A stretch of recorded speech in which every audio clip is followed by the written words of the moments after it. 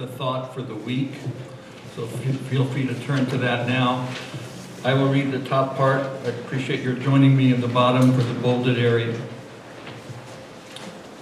This Sunday, we are hosting Reverend Arthur Hammons. Wow, we knew that already. As our guest speaker, sharing his topic of Out of Your Mind. I always find it an interesting challenge to write the thought for the week based on the Sunday message when I'm not the one giving the message. I can only surmise and tap into the cosmic mind as to what his points will be. When most of us utilize the expression out of your mind, we're typically assessing that the person is a little nutty.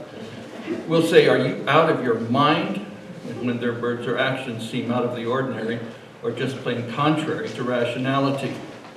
And yet those may very well be the time when a person is most tapped in and tuned in to a higher power operating through them.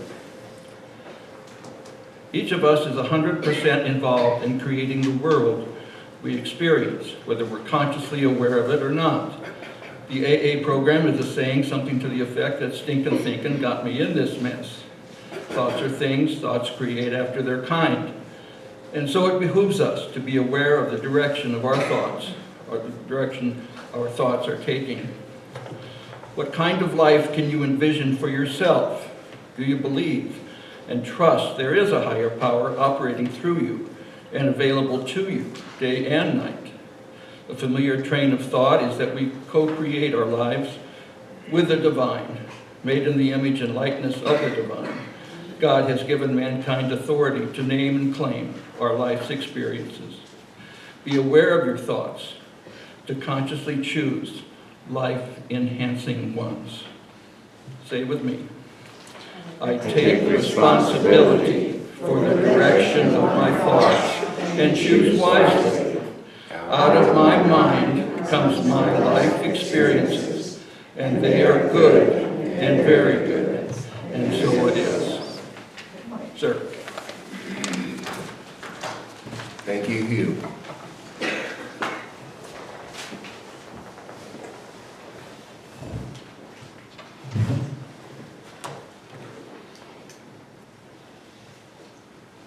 Well, as I began, I am very happy to be here. I'm so glad that Gay invited me to be the guest speaker. And when I mentioned to her, I am singing these days and I have a band and I'd love to do a fundraiser for you. She said, oh, that would be great. So that will be taking place about 12:30 after the chili cook-off and all the cornbread and then there'll be a time for the raffle drawing, and I think that's going to be just throughout the afternoon. So I hope you'll stay for all the fun we're going to have. And I think it's always important to put spirit first and then play, and that's what we're doing, so that's how that'll go. I am very grateful to be here again. Thank you for inviting me, Gay, and thank you all for being here with me. Then I needed to tell you the news. And I'm sorry about this. I'm not in management, I'm in sales. But they have moved the light. The light used to be at the end of the tunnel, but they've moved it. It is now up the stairs. And there's 2 sets of stairs, and the staircase is spiral. The light is up there, and it's bright and beautiful, and you can see the light at the top of the stairs, but it's not as easy as a flat trip down to the end of the tunnel. It takes more work. It takes more consciousness. It takes more living and more understanding and more figuring it out. And the stairs on the spiral staircase are not equal in length. They're pie-shaped. Well, not really pie-shaped, pies are round, but they're a piece of pie shape. And if you're in the middle, you can go up, but you don't have a lot of stair under your step, and it's more exhausting. And the farther out you get, you may have to take several steps on one level to get up to the next one. And oftentimes when you reach the end of a level and you're butting your head against a wall, it's not really a wall, it's the next step up. And it's time for you to go up. And if you don't volunteer to go up, you will be blasted up. And many of us have powder burns to prove it, where we've been blasted because we didn't think of what we could have been doing, or we didn't recognize it was time for us to move. So, I'm sorry about this, but they have moved to the light. It is no longer at the end of the tunnel. It's up the stairs, and the staircase is 2 stories tall, and it's spiral. And so, I'll see you on the staircase. It works the same for all of us. And I wanted to tell you today, my goal for today is to remind you and awaken you to skills you already have, and to help you upgrade your thinking. This information can empower you and help you create and enjoy a better life. Now, our New Thought teaching says that we are created in the spiritual image and likeness of God. And this spiritual image and likeness is light. So we see ourselves as filled with light. And when we think about our brain, we want to have light, bright thinking, bright ideas. And the word for this in ancient Greek was Christos. It was the light, the anointed, that specialness that a person would demonstrate. And this is why they called Jesus the Christos, Jesus the Christ, Jesus the Anointed One. And Jesus is our role model. He represents what he did with the light through his humanness, and how he listened to Spirit for a higher calling and a higher interpretation of how to respond to whatever life threw his way.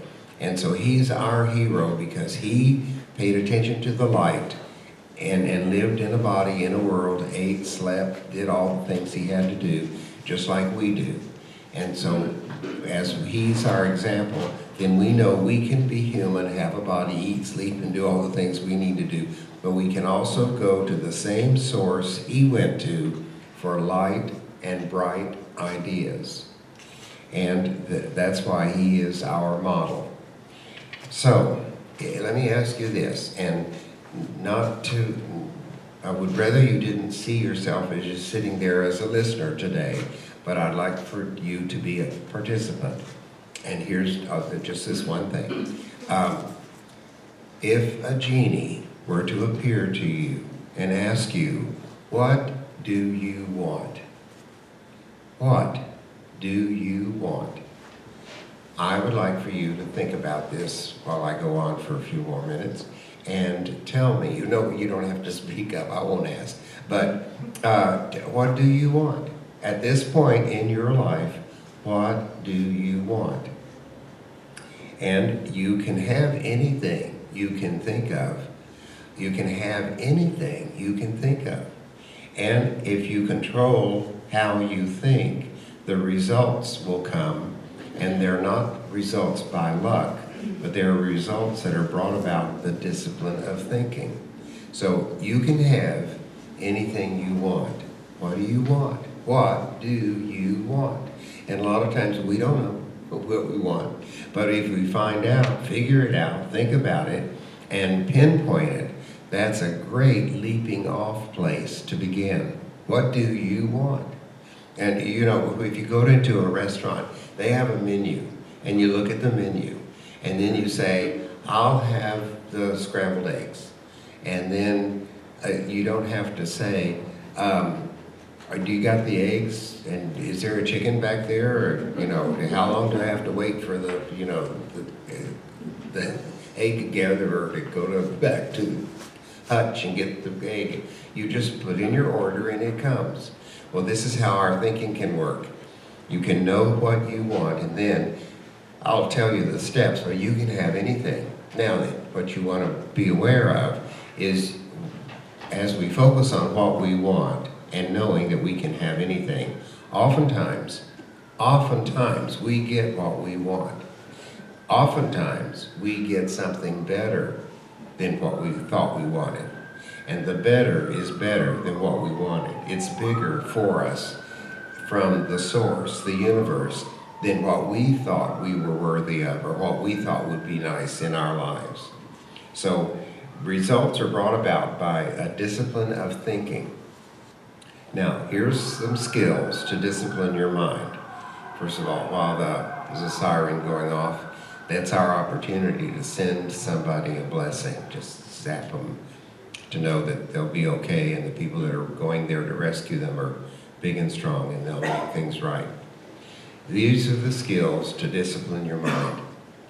These skills will make you the genie, and the results you want come from out of your mind, out of your thinking, from your brightest, most elevated, most inspired thoughts. Your brain generates 70,000 thoughts a day, and you're probably already up to several thousand thoughts already. And we need to acknowledge that your thinking is the key to getting what you want. So, think about and decide what you want. Now, I know you're thinking because I asked you the question and I asked you to work with me on this. What do I want? And so I know you're thinking about it. So as you think and decide about what you want, you need to have a real clear goal, and maybe this afternoon or first thing in the morning, you'll write down what you want. And as you put your goal in writing, and that writing can change. It can be edited, shortened, lengthened, made more grammatically correct, but you need to put it in writing. Writing so that you have it out of your brain onto a piece of paper where you can see it, carry it around in your pocket all the time, and put it on a mirror in your dressing area so that what you want, you're working on it and it's going to happen for you. So you want to put your goals in writing, you want to visualize the end result. I call it feel the sting of the string snap across your chest as you cross the finish line. What do you want, and what would it look like? What will it look like when you manifest it? This is an important thing to understand. Then we need to create a schedule and give yourself plenty of time and say, well, here are the steps I would be taking. This is what I would be doing. This is my schedule for having what I want. Now then, again, what do you want? We could ask for meaningful relationships. We could ask for health, improve a relationship, more prosperity. You can ask for things, and you can ask for states of wellness or states of mind or other results that you would like to have. Now, here are some things you can do that will help you along. One of them is called a treasure map, and I don't know how many of you know about treasure mapping, but treasure mapping is where you find pictures that you would enjoy of things or situations you would enjoy having in your life, and you cut these pictures out and you put them on a poster board. And you can also cut out words like peace and love, prosperity, riches, treasures, smooth sailing, all kinds of words that will trigger so that every time you look at your treasure map, your thoughts about having what you want can be triggered. But you have to be careful about these treasure maps. In seminary, we had the assignment to study the art of making treasure maps, and we had to make a treasure map. And because of the timing of my arrival, I had a little car accident and arrived late at seminary. So when they assigned all the rooms, the men's dorms were taken. So my room was in the girls' dorm. It was very exciting because these girls weren't girls. They were old enough to be my grandmother. And they were, and if the old boys from the boys' dorm came over to raid the girls' dorm, it would have been a bloomer raid. But anyway, and above me was a lovely woman who was from Trinidad. And I taught her to drive. She had a little Carmen Gia, and she only knew fast. Scared us both to death several times. An answer to prayer that we lived.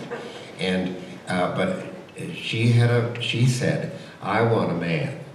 And she said, I want a man that drives a Cadillac. And I said she was from the Caribbean.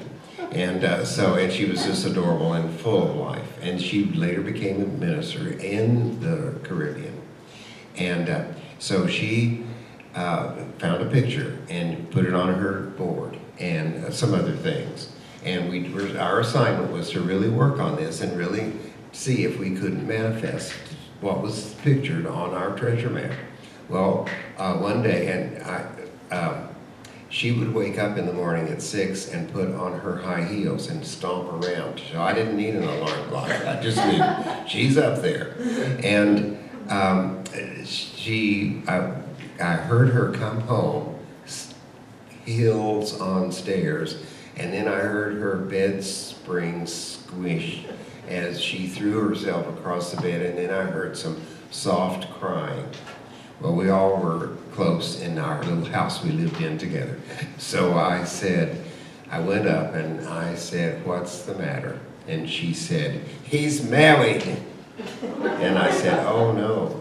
But she said, first of all, she said, I've got him. I got a man, and he's got a cataract. And he thinks this is just like I wanted on my picture. And I looked around, and on the floor were pieces of her treasure map that she had torn up, and with her broken heart. And she said, and I said, well, let's put these back together and see what we can do about this. And I didn't know what else to do. And as we put it together, there was the man, just like she had visualized, in the Cadillac, just like she had visualized. But the artist had kind of glossed over, I think had a little bit of shine in the windshield, but there was a woman next to him. And her mind picked up that whole picture, and it was in her skills of manifestation that happened just that way. Well, that's at least my interpretation. It sure was her interpretation. And so then she found another picture of another man that didn't have any companions around him. But you need to have, if you'd like, it's good. And that's why they send us magazines with all the pictures in them and the catalogs that we get to inspire us to go, ooh, I'd like that. That's why they put the picture of the cake on the cake mix box. So you know what's inside is going to look like if you follow the directions that are on the back. So you can have a picture of what you want called a treasure map. Somebody may just really think this is a great idea and cut out pictures and visualize them. Then it's important that we to think about it and decide what you want and have it. It's important that you claim responsibility and don't blame others or circumstances. That we have a tendency to do that. Oh, well, if it hadn't been for them, or if it hadn't been for this. No, those situations and people were there the way they were, and they are part of the equipment that you need to use to figure out and use your lovely brain out of your mind to figure out how you're going to deal with the results and make the results you want to have happen. Believing in your vision will propel you over the obstacles. And if you're looking at the obstacles and the things that can go wrong and the challenges, then they loom up in front of you and they're like roadblocks that limit you. But if you're believing in your vision and you're holding the vision of you at the end of accomplishing that which you desire, then your vision will propel you over the obstacles. So you want to put your goals in writing, and you want to put your goals in plain sight so that you can see them daily and be reminded. I keep my goals with me in my pocket over my heart because they're my heart's desire, and as long as they're there, and when I'm at the supermarket, although I don't go to supermarkets anymore, but when I'm waiting in line someplace, I used to at the supermarket, I'd take out my goals and read them. It's better for me than to read the National Enquirer. And besides, I worry about those people. They gained all their weight back, they lost this person, and all this stuff that happens. So what you visualize, you can actualize. And I would invite you to have wild visions. Go wild. Be wild in the things that you want for yourself. And be wild in your belief, in your knowledge that you are responsible and capable enough to make them, or something better, yours. That would be wild thinking, and you could be a wild child in this instance. So I thought I'd tell you about some of the wild things that I thought of doing and that I've been able to accomplish. One of them, I had just turned 22, and it was September, and I needed money for Christmas. And I had my savings, so I could use my savings but for it to buy my Christmas presents and get them in the mail back to Texas. But I thought I would need money to replace my savings. So I knew that the church, I worked for the church as a custodian and the assistant to the minister and the program parenter and Sunday morning and all that, which I loved. It was great training for me. And the church had a Santa Claus suit. So I got the wild idea that I could be a professional Santa, $25 a visit, put my ad in the white pages, in the newspaper, the want ads. And I got calls, and I had 3 or 4, making $100 a night, which was a lot of money. Once in La Mesa, once in El Cajon, La Jolla, Claremont, and I booked all these. And when I got to, and I made sure I was really, really good. I got theatrical crepe hair and did makeup and had eyebrows that were the same color as my beard. I put a pillow in the front and in the back. And the suit was so beautiful. I looked really good because I had to, because I was going to be somebody's memory. And every once in a while I think about it, there's some 60-year-old boy or girl, man or woman now, that sat on my lap 55 years ago, and their family, I was a part of that. And they took pictures, they gave me sandwiches, they gave me my $25, but they also gave me more money than that. And I just had wonderful experiences. And I did that for 3 years in a row. So becoming a Santa was a wild dream, but I made it come true. And then the results were better than I could have ever dreamed of. I wanted to be the youth director at the San Diego church. There were all these great high school kids coming, and so I formed a youth group. And then together, I didn't know this was going to happen, but what it did, it taught me about how to minister. I had to have a mailing list, I had to have a phone list, I had to have an inspiring class, I had to have a game to play and refreshments, and then I had to pull them apart when they fussed with each other. I got more out of that than I ever dreamed of. Then I wanted to be a college student, and that came about. Then I wanted to be a minister, and when I went to apply, they told me, Arthur, you come back when you're 40. And I didn't know anybody that was 40. My parents weren't even 40. And they said that's our average student life, time when they come. So, but what I did was I took every correspondence course, and I had on-the-job training at the church. And I went back to Unity Village every summer for 2 months, for 3 years. Then I applied again, and they said, well, we know you now, and we'd love to have you as a student. And they said, we have some news for you. Instead of having to go for 24 months, you only have to go for 8 months because you've already done all this other work. That gave me, 16 months extra. That's like being on parole or something. I was like, wow. And again, having the dream, it resulted in more than I could have ever dreamed of, but I would have never had the more had I not first of all dreamed the dream. What do you want? Then I wanted to have a television experience because I went to the Robert Schuller Institute. He had training classes for ministers that were very inspiring. And so I thought, if I'm ever interviewed on television, I need to know how to act and what to do. So I pursued that by going to a talent agent and just seeing what would happen. And she sent me on a cattle call the next day for a TV commercial. And I made television commercials then for a while. And I made 6 national commercials, which were all over the place and a lot of fun. They don't pay like you think they pay, but it was still a wonderful adventure.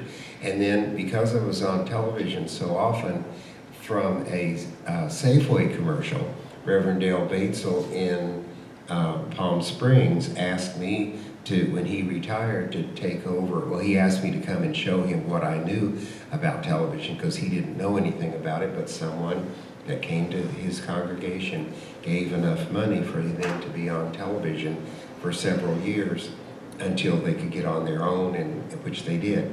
And I was his first guest, and then when he decided to retire, I inherited the program. And if I hadn't done that, I wouldn't be in love with and be married to my wife, Virginia Foster, who was a guest, and we wouldn't be married if the cameras hadn't broke and we had a moment to talk and visit and exchange in what we were interested in. And then she said, "I'll call you and we'll go ski."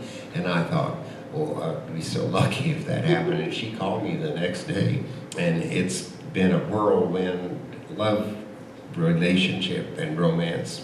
Now, we were married 33 years. So again, having a dream and going for it, not knowing, well, how will I do this? Well, I think this is my agenda. I think this is my schedule. And having the goal in front of me and being consistent with my belief that I could do this, I had what I wanted and then more. So I'm telling you that out of your mind, you can find the way to make what you want to happen, as long as you know what you want to happen. My list goes on and on. I also like artwork, and I like to paint and do that kind of stuff. And my latest success is I won 3rd place at this year's Del Mar Fair for a sculpture that I did out of recycled art, and I won $150 for it. And my art was, it's a picture of a seahorse, and it's all made out of recycled bottle tops, like perfume bottles, those pretty gold and silver things. And so what I would suggest, oh, and then another thing is, I like to sing. And when you sing, you activate every part of your brain. You have to know the rhythm, the timing, the words, the harmony, the beat, everything. And it activates every part of your brain. So to activate every part of my brain was that's what I wanted. And I could do that through singing. And then that developed from just singing in a cabaret setting where there's a pianist, and it's not karaoke. There's a pianist and you sing. And so to now having my own band, and I sing in saloons and bars and churches, and I just have a whole lot of fun doing that. And again, that has turned into something that first time standing up with the piano, giving the guy my music, and singing nervously, who I did know that it would happen to be wonderful, but I didn't know it would be this wonderful. And you know that I'm doing a show later today, and I hope you'll stay and hear it. So here's how you develop your plan. You learn from others. You read about them, you watch them, and you join a group where other people are accomplishing what you want to accomplish. Or you form a group, or you buddy up with somebody that you'd like to be like. Or you study and discover, and as you study and self-discovery, this equals success. And again, it's important that you create a timeline and pay attention to the steps you need to take as you move along. And then you need to give yourself plenty of time. And remember, there are no shortcuts to having what you want. You give a fair equivalent in order to get what you want.